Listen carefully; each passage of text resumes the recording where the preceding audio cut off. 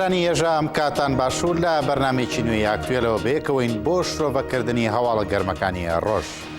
سەرەتا لە باکووری کوردستانەوە دەست پێ دەکەین و حکوومەتەکەی ئاکەپا جگە لە هەوڵەکانی بۆ لە ناوبردننی نەتەوەی کورد هەموو هێزی خۆشی خستۆتە گەڕ بۆ پاکتاوکردنی کللتوری کوردستان و لە بڕیارێکی قرێژدا بەنیازی لە ناوبردنی سووری ئامادە و نوێنەرانی گەلی کورد دەست بەسەر دەکات.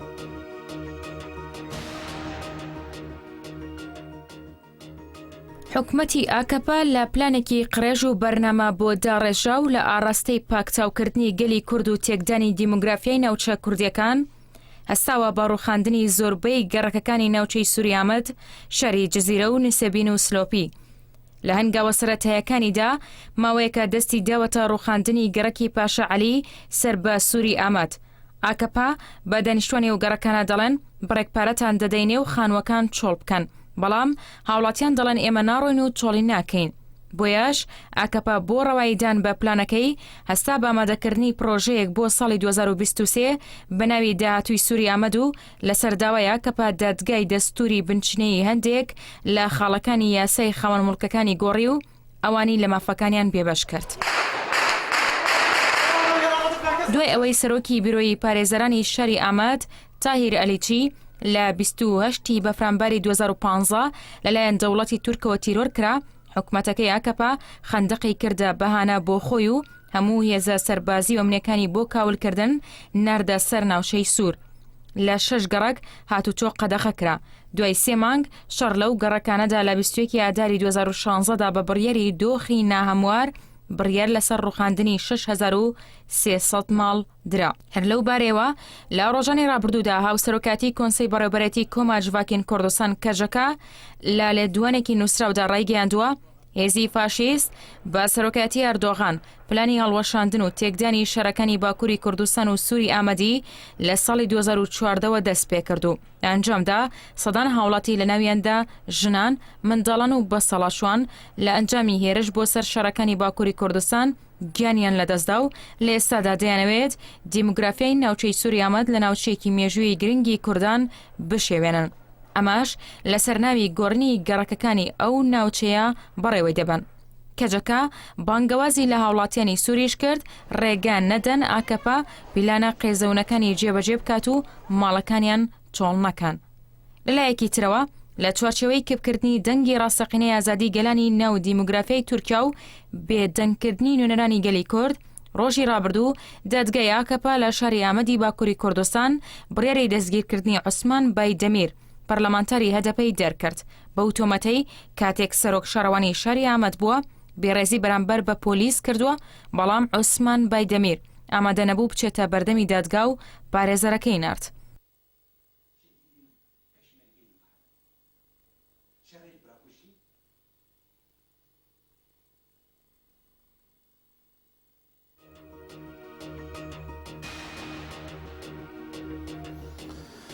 بەڵێ بینرانی هێژا وەک لەوەی کە لە راپۆرتەکەدا باسمان لێوە کردبوو دەوڵەتە داگیرکەرەکان بە تایبەت دەوڵەتی داگیرکەری ئاکەپا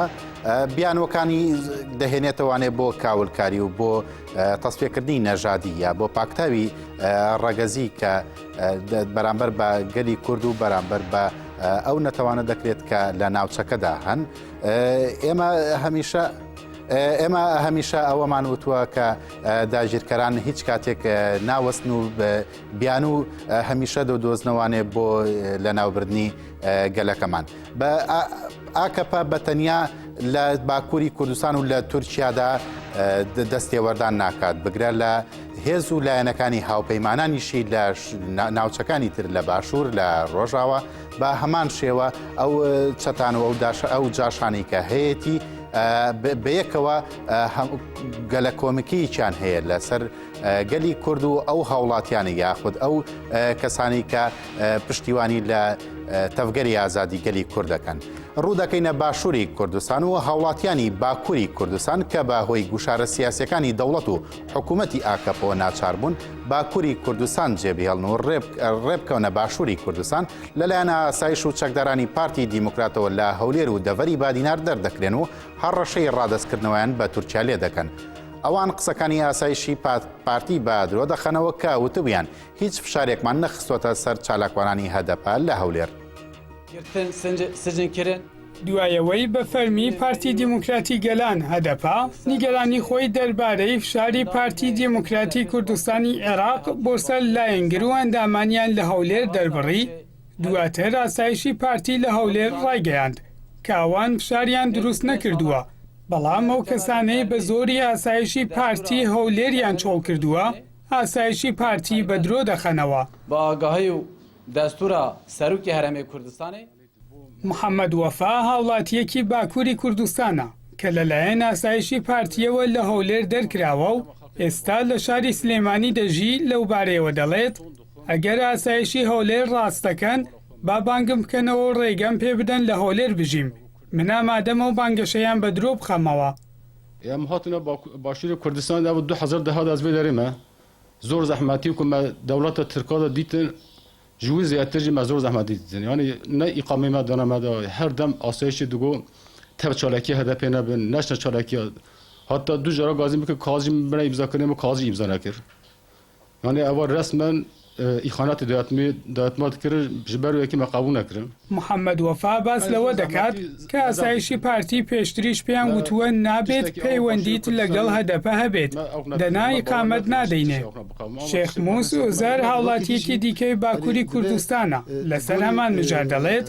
پاش هێرشی چەتەکانی داعش بۆ سەر شەنگال فشارەکانی پارتی لە هەولێر بۆ سەرێمەش دەستیان پێکرد.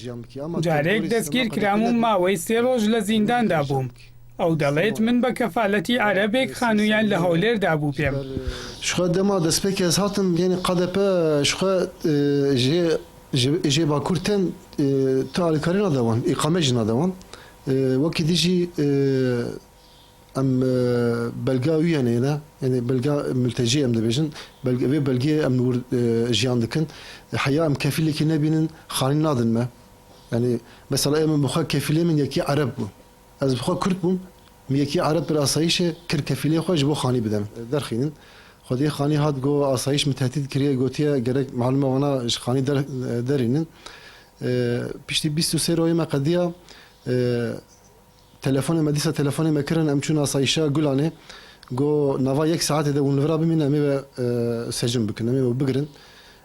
em jî mecbûrî wan em hatin Silêmaniyê.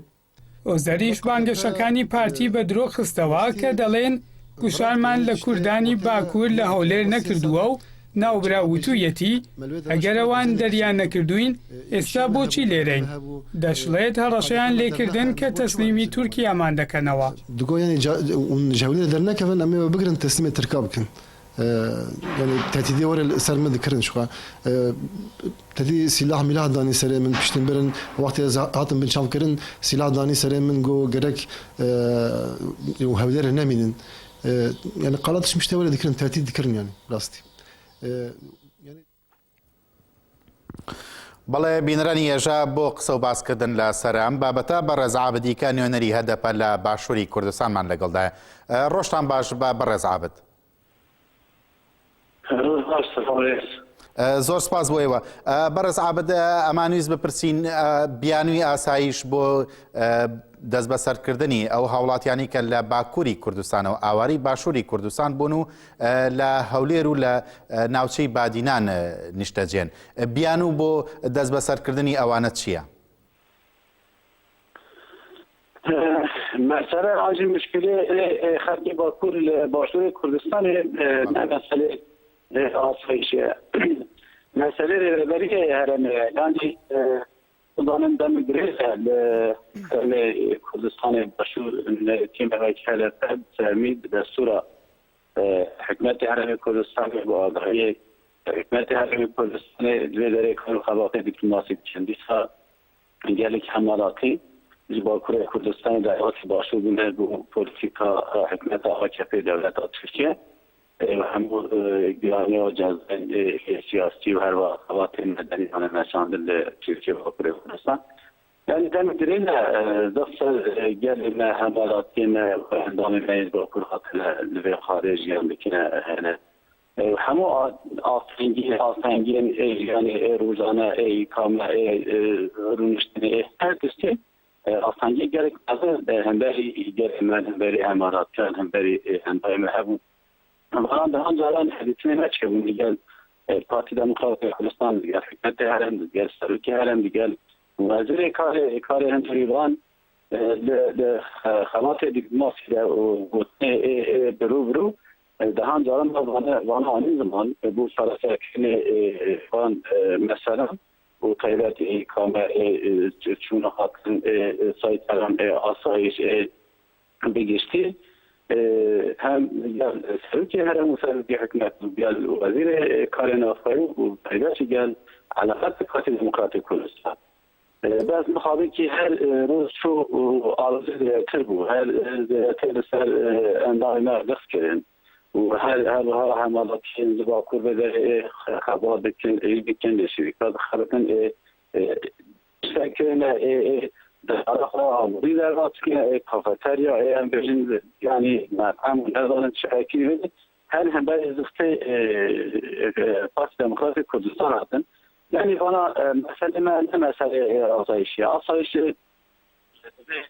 وانا کار خواهی که شده خواهی که یا مدوش بومن فرماهای چی دیده تانیوات جی کردستان به چی دیده به بومار غریب حرم دیده یعنی به تنه وقتی مسئله آسایش بگیرده آسایش به ناطش بگیره میتونه و دهان اندام رهبر ما حادث زنکن دهان رهبر اندام ما در وکیلوف کنن سنور روزاوای کردستان سلیمان کار دستانی نسر ماله و در خستنه کمر دستانی نسر یعنی کسی نکار بیا این کار بی کسی نکار بیا ندیتم بدینه بله برز عابد من ویستم بپرسم برز عابد اگر یو دنجی من دبیسن من ویستم بپرسم اوان بچی یاسایک او کار جێبەجێ دەکەن وەکوی کە فشار بخەنە سەر ئەو هاوڵاتیانی کە ئاواری باشووری کوردستان بوون يعني اگر خود یاسای قانون نکه نخواهی که خواهدگاه یاسای که عدالتی و یاسای که دموکراسی لده هرم اقاطع نشانده هر زیادتر زنبری یاسای هرم دیگه همراتی من امن نام من هر کسایی که من زنبری یاسای قانون رو بکرد مشکلی از باید به هرمی ده نبود اما کسی وقت ما به یاسای اکو یاسا فلش بومه در بسته به یاسا فلش به جماع هستنگین به امر دیگه به یاسای یعنی دیگه خواهش یاسای قانونی نگیره دیگه خواهش کیفی گیره دیگه خواهش داره زوره هر کسی تسلیم ورگیره یعنی ارادت سیاسی بشکنه ارادت سیاسی تسلیم ورگیره ام گله که و هر وقت پارتیه که برخوادن نهاتنه یعنی ما تسلیمات بود تایپر بودن رو سازشی در رو سلیماندانه در رو نزدانه بود رو کانادا ما سرین تمام ما قبول نکرد بود ام سرخاک خانه ام نهرم کردستان ام دولا تکیانه روی هرم یجو گل هرم یجو جهان یجو رای گشته باستانه ام ولات خانه ام ناخذ ام قبول نگیم که از ایرادم سیاسی بشکنیم تا زوره دهان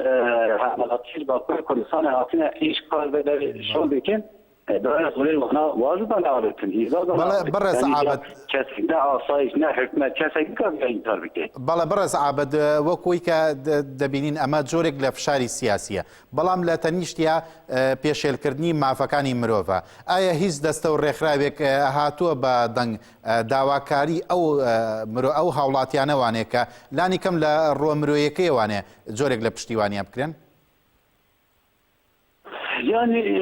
آلية مقصد روبا جماعة سيداني وراجي كي نتوي هيكوي اللي صحيح عراق بيشتي هرمي كردستان خاطر صور نظام حمو مقصد روبا أربعي إمر يبي داري جالك صادين مدني باشوي كردستان جال باشوي كردستان هم بين نراضية وينوجي يكتو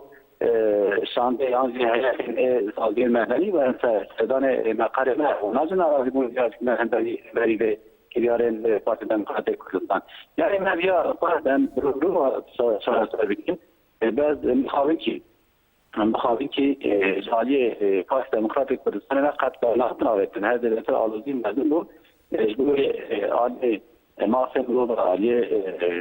سازی مدنی پارتی سیاسی و مشکلی آنجا مسئله نه مسئله پارتی دموکراتی کردستان دیگه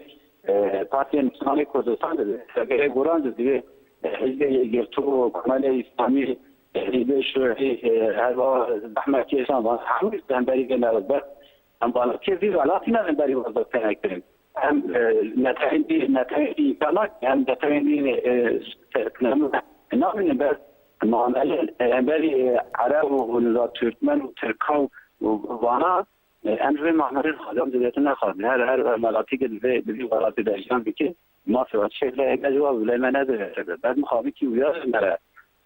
زیاده بید ویاش مرا سما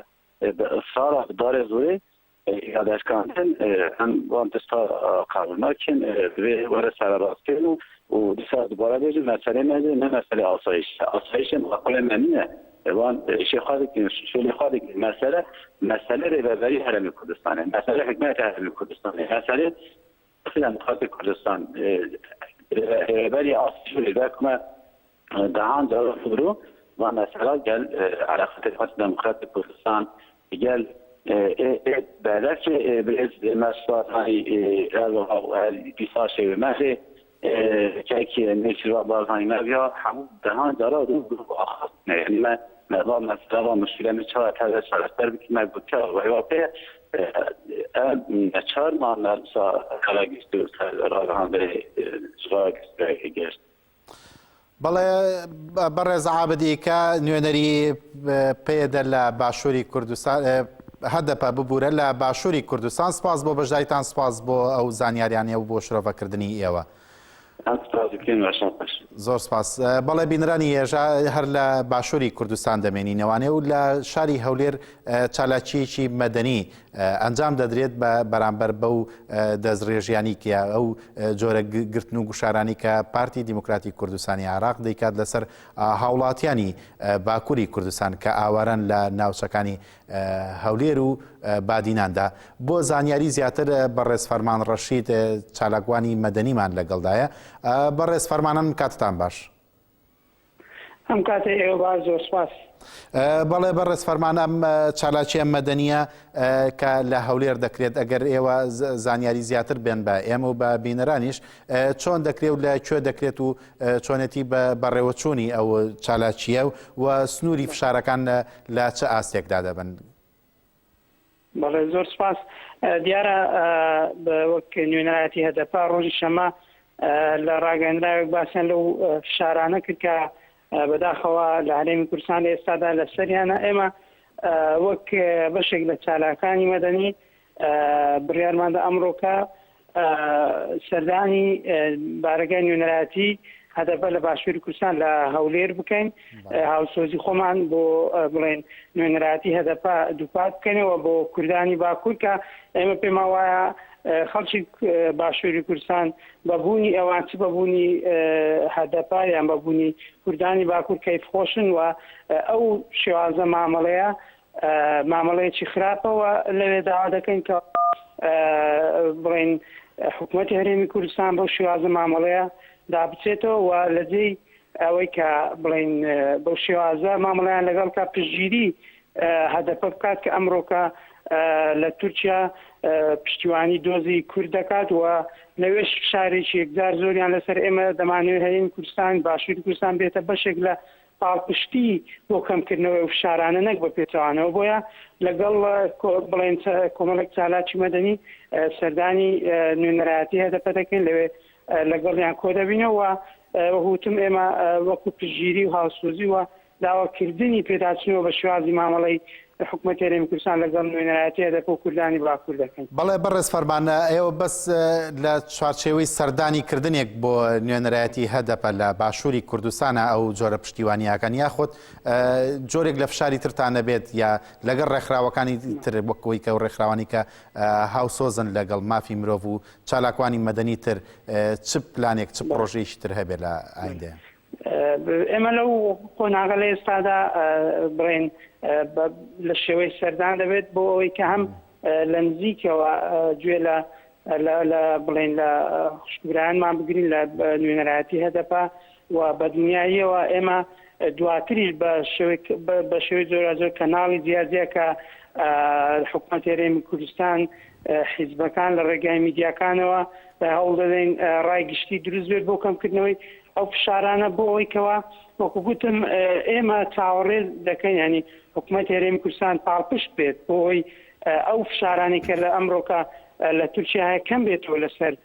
هەدەپە و کوردانی باکوور نەوەک بۆ پێچەوانەوە بڵێن لە هەرێمی کوردستان شۆ باشووری کوردستان شۆ کە لە ڕاستیدا بەردەوام ئێمە پشتیوانی ئەوە دەکەین کە پارچەکانی کوردستان پشتیوانی خەباتی یەکتر بکەن هاوکاری یەکتر بکەن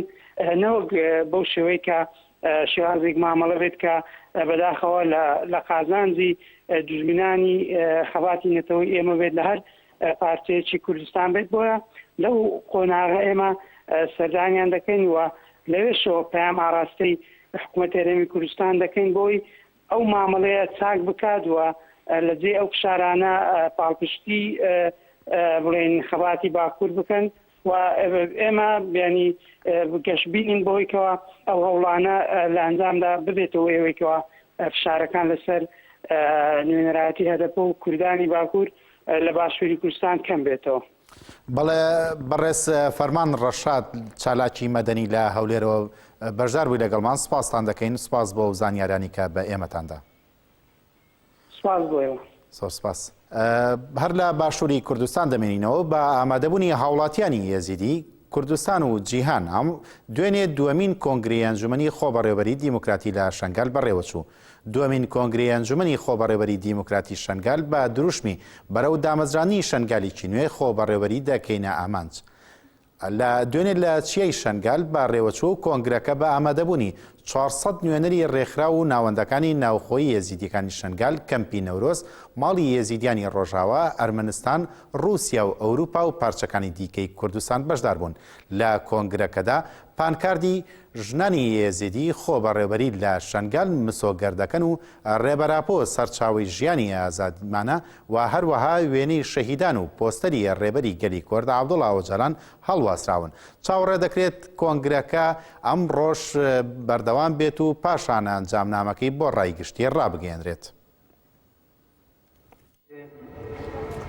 نەجارە دەدوێ و سێمینە لەسەر دەشتێ سەرچای شەرەف و ڕوومەتێ تێتە بەگرتن و گەلی خوادی ڕوومەت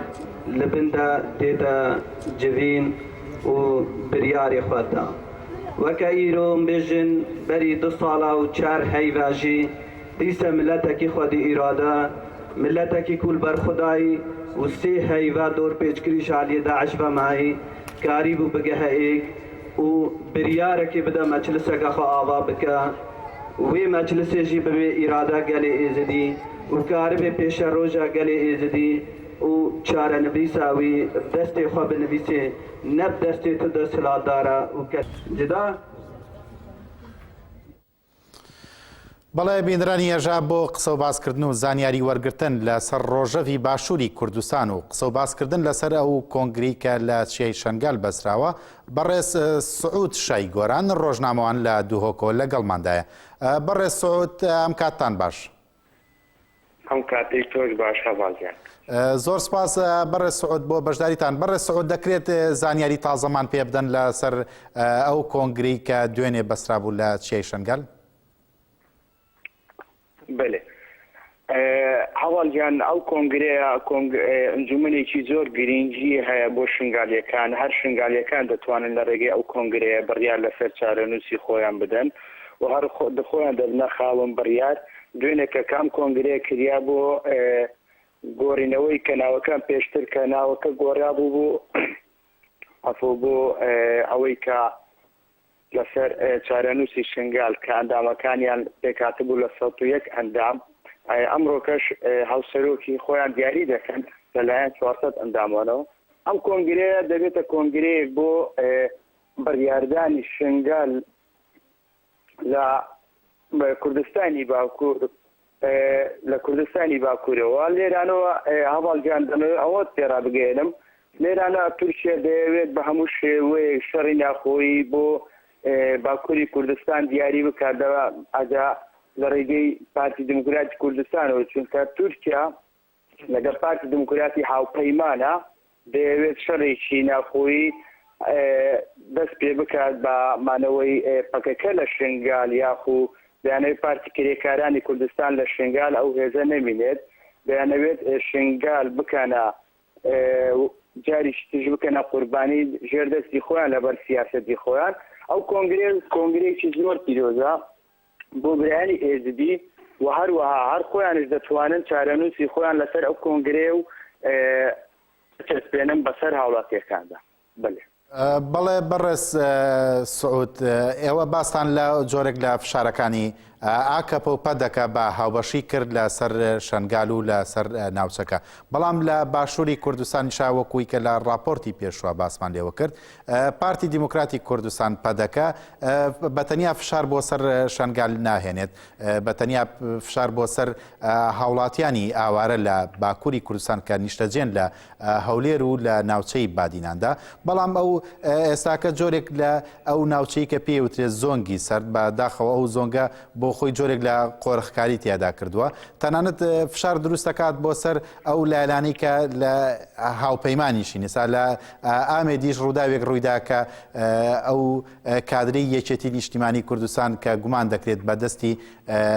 ئاسایشی پەدەکە دەستگیر کرابێت و دواتر تیرۆر کرابێت ئێوە چه زانیاریەکتان هەبێت لەسەر ئەوە؟ بەڵێ هەواڵگیان لێرە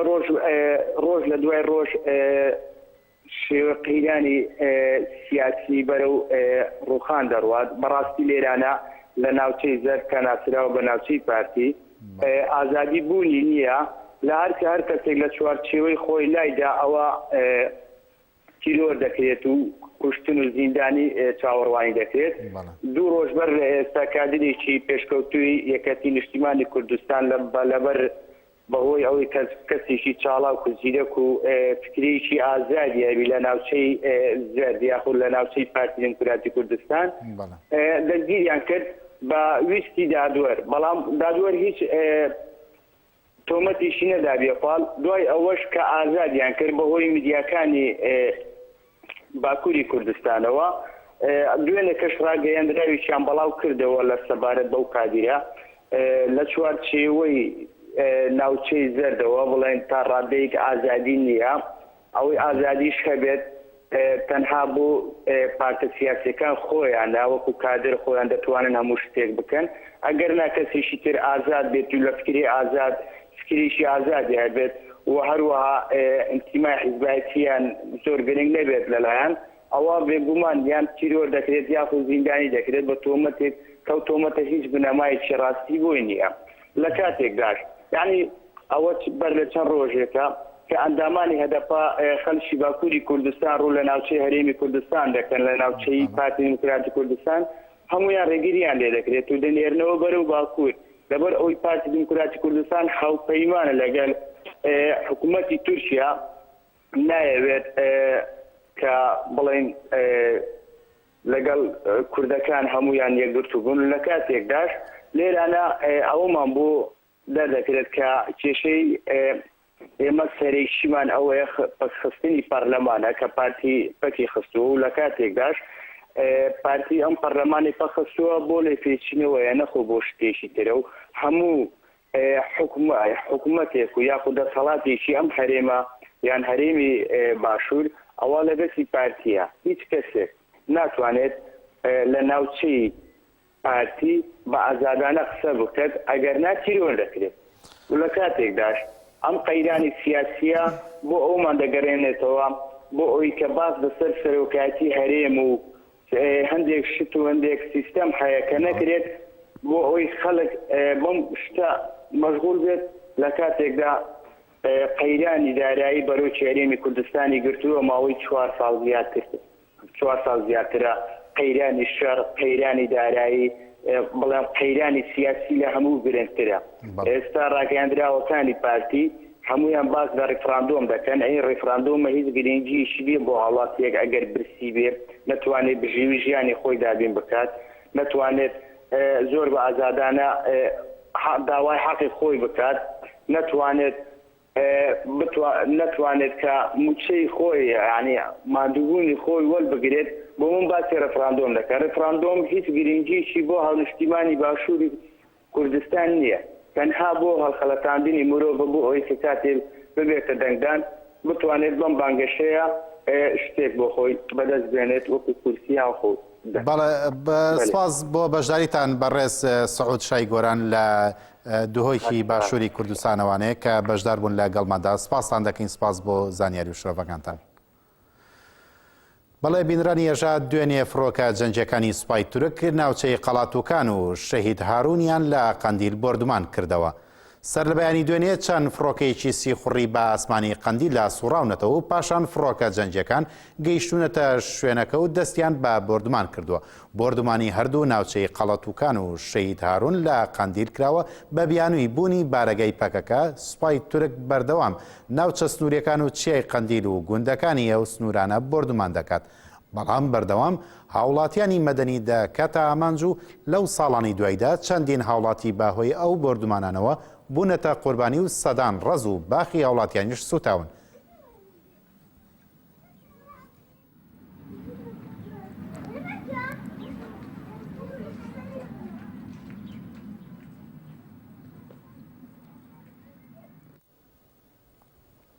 بەڵێ بینرانی ێژا هەر لە باشووری کوردستان دەمێنینەوانێ کە مەندامان دژی کەمکردنەوەی موچەکانیان لە 100,000ەوە بۆ 60,000 گربوونەوەیکیان ئەنجامدا. داواش لە حکوومەت و کەسانی خێرخواز و